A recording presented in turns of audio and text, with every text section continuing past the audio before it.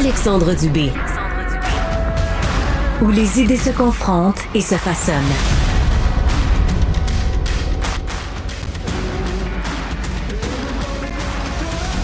Eh bien, c'est en une du journal ce matin. Le party est terminé pour un fugitif qui a été épinglé au Mexique. C'était essentiellement, donc, le dernier suspect dans toute cette histoire de vol de données là, chez Desjardins, Maxime Paquette.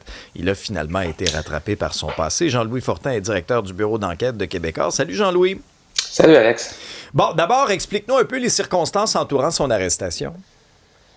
Il a été arrêté par la police et l'armée locale sur l'autoroute, selon ce qu'on pouvait apprendre hier comme information, entre Tulum et Cancun. Ça, c'est des endroits qui sont quand même bien connus des Québécois. Là. À peu près tout le monde est allé ou connaît quelqu'un qui est allé dans un tout inclus ou une belle plage dans la péninsule du Quintana Roo. Donc, un des beaux endroits du Mexique. Je ne sais pas s'il faisait beau, je ne sais pas s'il profitait de la plage ou du beau temps. En fait, on ne sait même pas depuis combien de temps il était à l'extérieur du pays, Maxime Paquette. Mais ce qu'on sait, c'est que ça faisait 2 ans que la police le cherchait. Et quand ils l'ont arrêté, ben, tu as vu, on présente les images ce matin sur le site web du Journal de Montréal et du Journal de Québec. Ils ont fait tu sais, la police mexicaine aime bien faire ça, là, ils font un spectacle, hein, fait que, une photographie là, avec des gens de l'armée. Il a paradé. Pour montrer. Oui, exactement, avec les menottes au point. Puis tout ça, on ne fait pas ça ici, les corps policiers. Il a l'air moins fringant. Il a l'air moins fringant que sur le bord de la plage. C'est sûr. C'est une abrupte fin de vacances pour lui. Il faut dire que Maxime Paquette, c'est quelqu'un sur lequel on avait assez peu d'informations jusqu'à maintenant. Il travaillait avec Juan Pablo Serrano, qui lui aussi avait quitté le pays et était introuvable jusqu'à il y a quelques mois. Lui, Juan Pablo Serrano, son ami, son partenaire d'affaires, il avait été retrouvé du côté de l'Espagne. Et ce que ces deux individus faisaient, selon la police, c'est qu'il se livrait à la redistribution et la revente des données personnelles d'à peu près tous les Québécois sur le dark web. Pour rappel, il y a 9,7 millions d'identités qui ont été volées chez Desjardins. 9,7 millions, là, ça inclut tous les clients actuels de Desjardins, mais aussi des clients passés, et même des gens qui étaient décédés ou des gens qui avaient eu, par exemple, une assurance avec Desjardins. Ça inclut pas mal de gens. Et ça, ben, tu sais, c'est comme de la pâte à dents. Une fois que c'est sorti du tube, tu peux pas la remettre dedans. Les profils des gens avec tout ce qui est nécessaire pour frauder l'identité. Donc, l'adresse, le numéro de téléphone, le numéro d'assurance sociale, des informations sur les comptes bancaires, ça se promenait allègrement en ligne. Quand les policiers ont perquisitionné l'appartement que Maxime Paquette et Juan Pablo Serrano partageaient à Laval, ils ont trouvé, Alex, 3,8 millions de profils d'utilisateurs de Desjardins.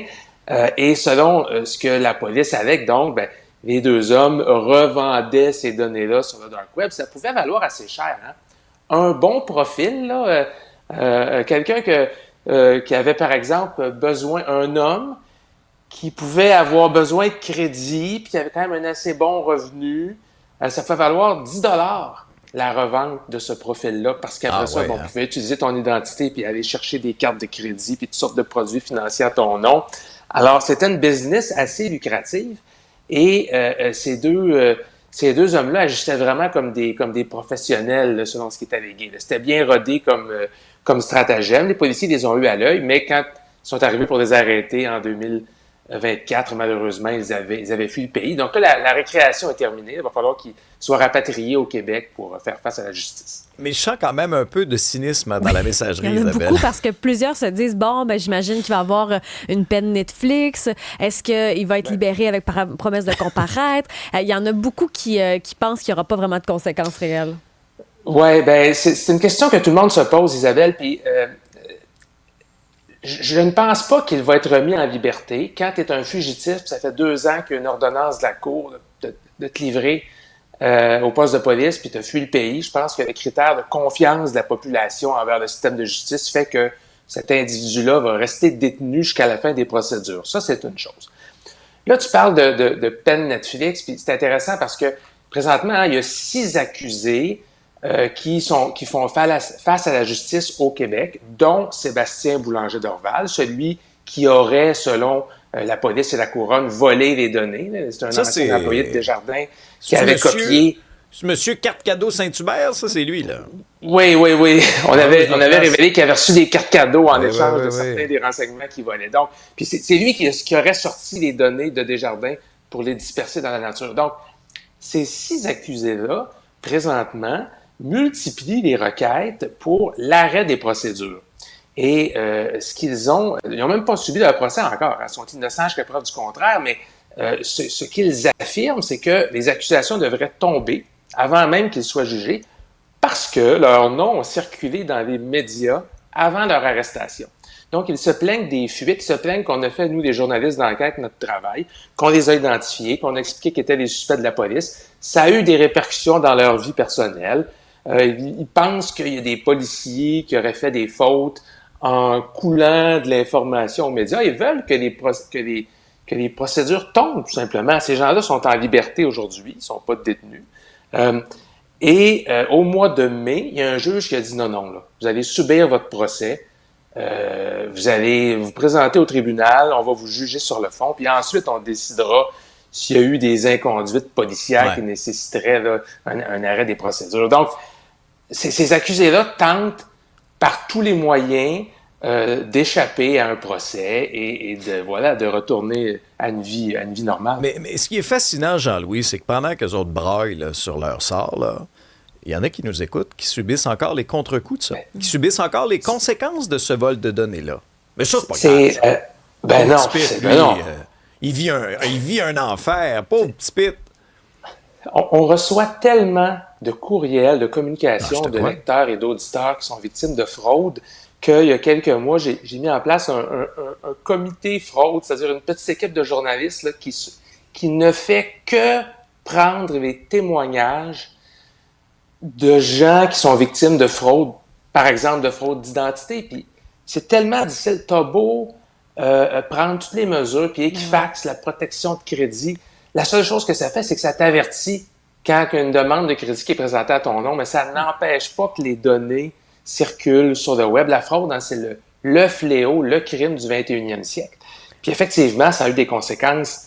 Ça a pourri la vie de millions de Québécois. Ça a eu des conséquences financières énormes pour Desjardins aussi, qui ont dû se protéger, justement payer pour les systèmes de surveillance. Donc oui, c'est des conséquences... on voit pas la fin du cauchemar pour certaines personnes, malheureusement. Ben, c'est qu'il n'y a pas de conséquences à la fraude. Ceux qui fraudent n'ont aucune conséquence, fait qu'ils ont le beau jeu. Effectivement. Alors moi, je vais suivre avec attention les procès des 6 co-accusés présentement qui sont au Québec. Ça devrait débuter dans les prochains mois si tout va rondement. C'est une preuve qui est complexe. Il faut non seulement prouver qu'il y a eu des fuites de données, mais il faut aussi prouver que ces individus-là étaient derrière l'ordinateur. Donc, c'est quand même compliqué là, pour la couronne a une tâche assez complexe et laborieuse qui l'attend. Ces gens-là ont des avocats de la défense créatifs et talentueux aussi. Et ce que je vais surveiller aussi, c'est le temps que ça va prendre pour rapatrier les suspects qui sont à l'étranger. Dans le cas de Juan Pablo Serrano, qui avait été arrêté en novembre 2025, pouvez-vous imaginer qu'il n'est toujours pas revenu au Québec? Incroyable. Et alors, parce que ces gens-là aussi peuvent multiplier les procédures pour retarder l'extradition.